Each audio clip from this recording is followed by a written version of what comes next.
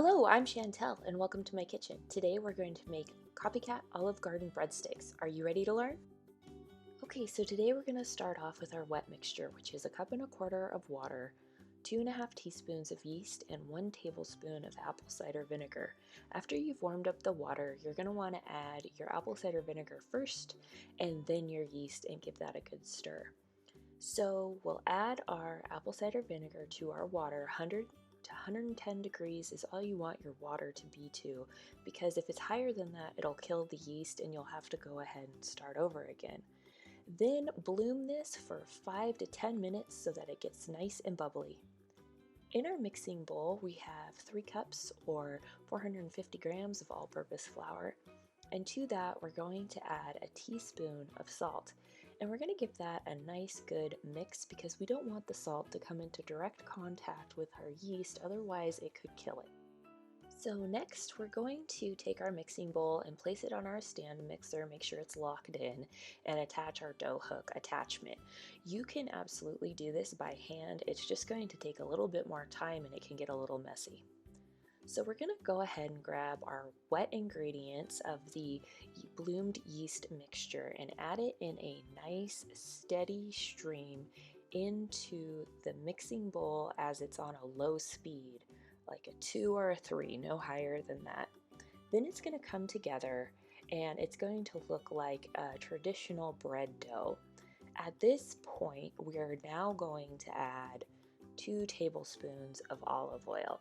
After we add the olive oil, it's going to be a pretty wet mixture. So don't be afraid, that's how it's supposed to look. If you're doing this by hand, this is where it can get pretty sticky. So just make sure you have nice oiled hands. After 5 minutes of mixing on a 4 to a 6, your mixture is going to look like this. So your dough is going to be very wet and sticky. It's going to tear easily. So we want to go ahead and put this on a 4 to a 6 again for 5 more minutes. After 5 minutes, we're going to check it again. It still looks pretty wet on the bottom of the bowl. It is stretching, but it does tear. So I'm going to do another 5 minutes to a 4 to a 6 on the stand mixer, and then it's done. So if you're doing this by hand, or even if you're just doing this with a stand mixer, pinch it, and if it has resistance and it pulls back, your dough's ready. In an oiled bowl, go ahead and put your dough and roll it around in the olive oil a little bit, and then we're just going to roll it into a little ball shape and make sure it's covered on all sides with the oil. Pat it down nice, and then we're going to cover it with some cling film.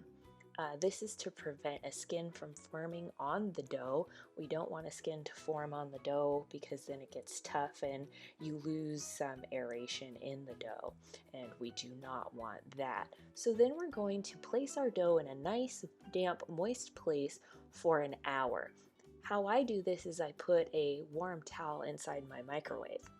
After an hour, your dough should double in size and it should look nice and warm inside the bowl. So now it's time to start forming our breadsticks. I'm using a kitchen scale here, and I'm going to measure each ball of dough out into 2.5 ounces. I am doing this for accuracy for you guys. If you just want to take all the dough out and cut it into 10 equal portions, you can absolutely do that. That's totally fine.